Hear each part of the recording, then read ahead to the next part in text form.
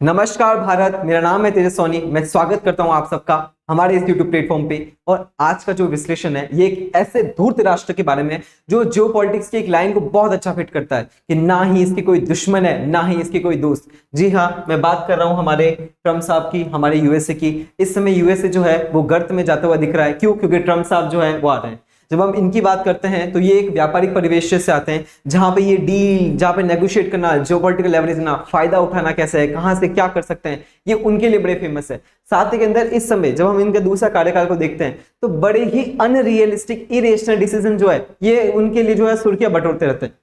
हाल ही के समय के अंदर इन्हीं के डिफेंस मिनिस्टर ने बोला कि हमारे साउथ कोरिया के कुछ कमिटमेंट है, कुछ वचन हमने दे रखे हैं, तो हमें जो है उनकी पूर्ति करनी है। ट्रम्प साहब बोलते हैं ये कौन से वचन, कौन सी संधि, किस ट्रीटी वगैरह, क्या बात कर रहे हो तुम? ये सब चीजें अनावश्यक बातें मत करो, जो यूएसए के लिए जरूरी है वही हमें करना चाहिए। तो अभी इस अप्रोच के साथ में जो है ट्रम्प साहब ने साउथ कोरिया के साथ में मिलके एक ड्रिल यानी एक मॉक ड्रिल करते हैं, जहां पे अगर साउथ कोरिया को इन फ्यूचर किसी भी तरह का आक्रामक झेलना पड़ा तो उस एक परिस्थिति के अंदर साउथ कोरिया खुद को कैसे बचाएगा, यहां पे इस चीज का एक ड्रिल की जाती है, ट्रेनिंग की जाती है। लेकिन ट्रम्प साहब ने बोला कि ना ही मैं इंटरेस्टेड हूं, ना ही मुझे ये जरूरी लगता है। क्यों इतने सैनिक वगैरह भेजना, क्यों खर्चा करना, ये इनका अप्रोच है। जहां पे ये नॉर्थ कोरिया को साधते हुए बोलते हैं कि नॉर्थ कोरिया तो जो है बहुत ही अच्छा दोस्त है मेरा, हमारे संबंध उनसे बहुत अच्छे हैं और वो हमें समझते हैं, हम उन्हें समझते हैं, हमारी मोहब्बत बहुत पुरानी है, बहुत अच्छी है। तो ये सब वो कहते ही हैं। ये एक तरह की ट्रम्प साहब की नीति है जहां पे वो अपने दोस्त को जब धमकाना होना तो उनके दुश्मनों से दोस्ती कर लेते हैं। तो ट्रम्प साहब की ये जो नीति है, भारत भी इसका साक्षी है, जहां पे हम अभी आगे इस चीज की चर्चा करेंगे कि इन्होंने भारत के साथ में ये चीज कैसे की। लेकिन ये जो उल्ची एक्सरसाइज है जो समय समय पर यूएसए और साउथ कोरिया करते रहते हैं, वहां पे जब ट्रम्प साहब का ये रुख बदलता है तब साउथ कोरिया बड़ा परेशान हो जाता है।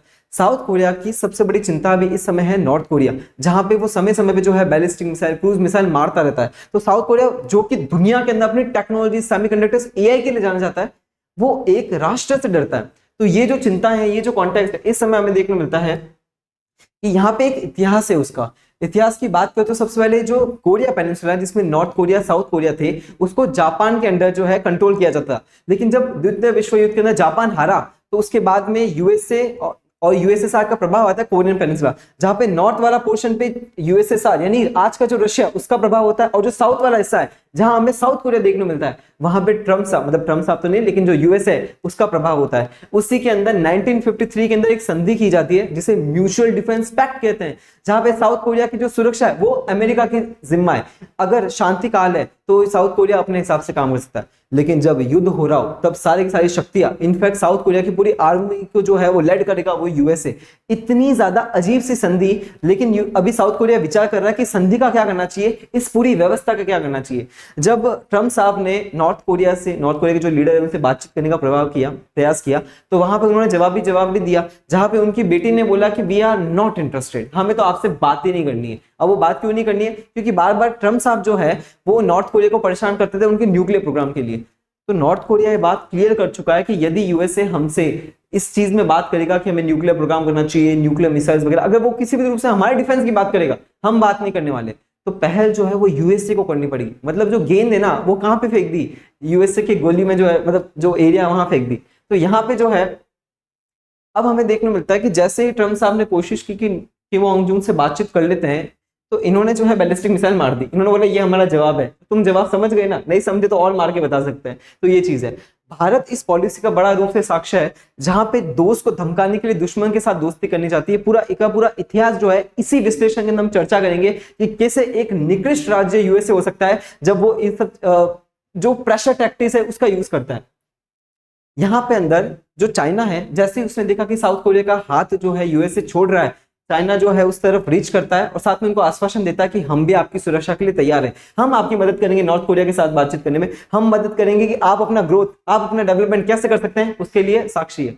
चाइना का अभी ये मंतव्य है कि चाइना मानता है कि पूरे के पूरे एशिया के अंदर जो है बड़ी बड़ी पावर्स, यानी मैं जो दादा है वो, मतलब चाइना ये चाहता है कि एशिया के अंदर एक ही दादा वो हूं मैं, और साथ के अंदर यूएसए और यूएसए के जितने भी अलाइज है, अगर वो यूएसए का पक्ष यहाँ पे लेके आते हैं तो उनको हटा दो, उनका प्रभाव कम करो। कुल मिला के चाइना ये चाहता है कि यूएसए का प्रभाव एशिया पे ना हो, इसलिए वो कॉन्सेप्ट देता है एशिया यूनिटी का, जहां पे कहता है कि एशिया के अंदर यूएसए के प्रभाव को हटा देना चाहिए ताकि हम जो है एक एशिया यूनिटी फ्रेमवर्क के लिए काम कर सके।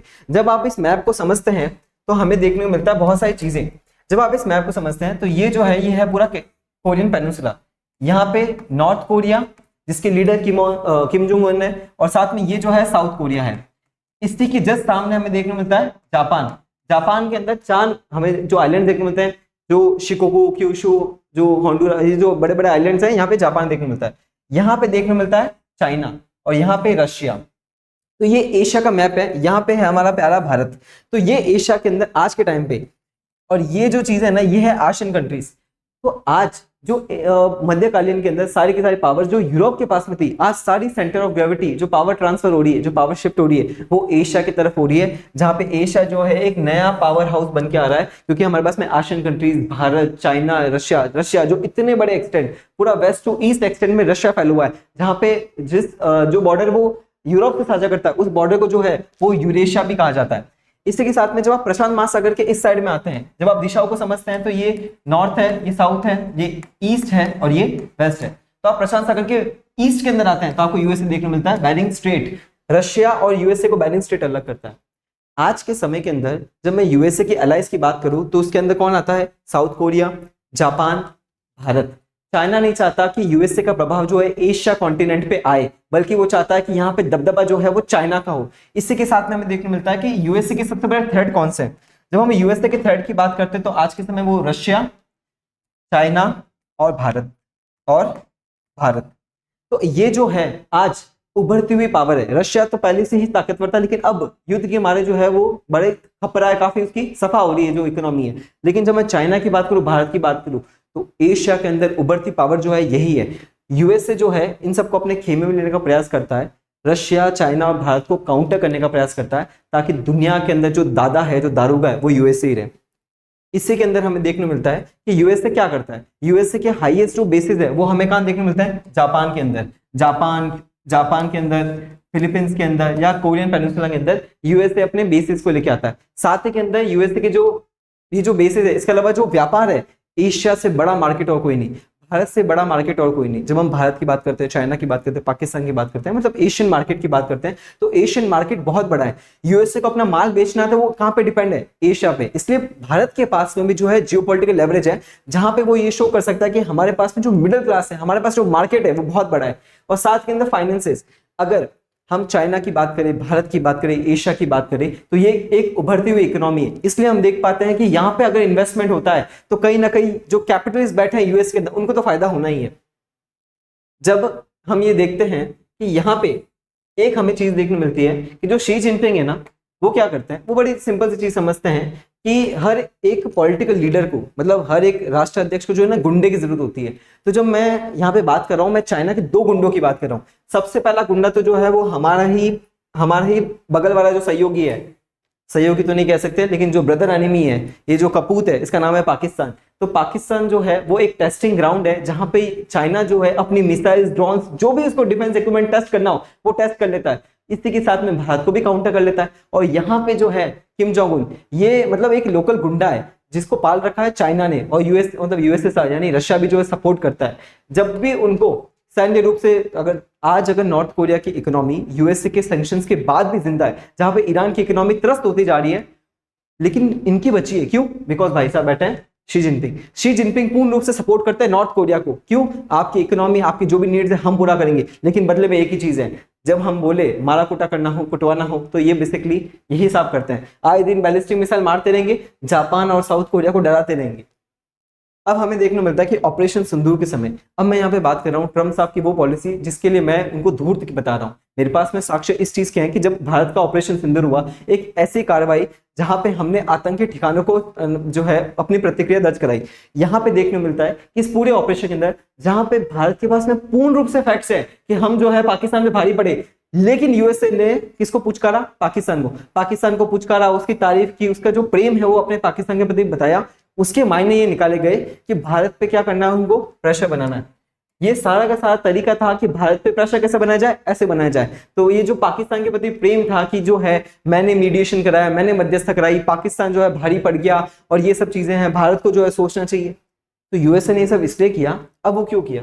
यूएसए ने इसलिए किया कि उसे पता है कि यूएसए चाहता क्या है? यूएसए चाहता है कि भारत का जो मार्केट है वो लेवरेज करे। भारत जो है वो इतना डिफेंस इक्विपमेंट खरीद नहीं रहा था, वो रशियन ऑयल परचेज नहीं कर रहा था, ठीक है। तो यहाँ पे जब भारत जो है रशियन ऑयल परचेज नहीं कर रहा था, तब उस पे अपना दबदबा बनाने के लिए, या फिर हमारा जो तेजस है, तेजस का जो इंजन है वो भी हमें यूएसए ने जो है रोक लिया कि तुम नहीं खरीदोगे। कैसे नहीं खरीदोगे? मतलब भारत को धमका कर, चेतावनी देकर या घुटनों पे लाने का प्रभाव था। और यहाँ पे हमें देखने मिलता है कि ट्रेड डील, अभी भी हमारे जो ट्रेड डील है वो नेगोशिएट फेज के अंदर है, जहां पे हम बातचीत कर रहे हैं। तो भारत को जो आर्म ट्विस्ट की तरह ये ट्रेड जो डील है ना, इसका इस्तेमाल किया जा रहा है। कुल मिला के यूएसए को अगर भारत को नियंत्रण में लाना है तो वो पाकिस्तान को इस्तेमाल करेगा, या तो जो है वो अलग अलग टैक्टिक्स अपनाएगा, चाहे वो ट्रेड डील की बात करनी हो, चाहे वो सैंक्शंस की बात करनी हो, चाहे रशियन ऑयल के लिए हमें परचेस करने का। हम ही वो थे जिसने रशियन ऑयल को परचेस करके ग्लोबल मार्केट को संभाला था। लेकिन यूएसए तो यूएसए है, हम कुछ नहीं कर सकते। साथ में जेलेंस्की, इन बबुआ को तो जो है ना बड़ा ही पुचकारा, मतलब इतना इतना इनको हटकाया, इनको ओवल ऑफिस में बिठा के एक राष्ट्र अध्यक्ष को जो है पूर्ण रूप से हटकाया। क्यों? क्योंकि उन्होंने बोला हम आपको सपोर्ट क्या करें। आज अगर मैं रशिया यूक्रेन वॉर की बात करूं तो यूक्रेन को पूरा यूरोप सपोर्ट करता है एक भाईचारे के रूप में। लेकिन जब ट्रम्प साहब आए, उन्होंने बोला मैं सपोर्ट क्यों करूं, मुझे क्या मिलेगा, मेरा क्या फायदा है। अब ये जो फायदे वाली राजनीति है, ये जो ट्रेडिंग वाली राजनीति है, ये हमें देखने मिलती है। तो यहाँ पे जब तक जेलेंस्की को आराम से पिटवाया, इनफैक्ट पुतिन साहब को जो है अलास्का में बैठ के उनके साथ चाय पी और चाय पी के बताया कि हाँ ठोको, क्या दिक्कत है, ठोको आराम से। तो जब तक इन पे प्रेशर इतना बनाया गया कि आखिर में इनको एग्री करना पड़ा कि ठीक है क्रिटिकल मिनरल्स जो है हम आपको दे देंगे। तो ये इनकी जो व्यापारिक नीति है अपने देश को बचाने के लिए। हम ये भी देख पाते हैं कि पाकिस्तान का जो बलूचिस्तान जो रीजन है, वहां पे ये क्रिप्टो माइनिंग कंपनीज और क्रिप्टो माइनिंग वगैरह करना चाहते हैं। क्यों? ताकि ट्रम्प साहब की कंपनी को फायदा हो, ट्रम्प साहब को फायदा हो। तो अब ये तो समझ में आता ही है। अब ये जो झूठ बोलने की जो निकृष्टता है इनकी, ये तो हमें पता ही है। लेकिन होता क्या है इसमें लगता है बुरा। साउथ कोरिया को बड़ा बुरा लगा, जापान को बहुत बुरा लगा, जब उनको समझ में आ गया कि भाई अब ट्रम्प साहब पे या फिर इस भाई साहब पे तो भरोसा नहीं कर सकते, तो अब हमें खुद पे काम करना पड़ेगा। जब हमने बोला खुद पे काम करना पड़ेगा, तो एक नया फ्रंट खोलना पड़ेगा।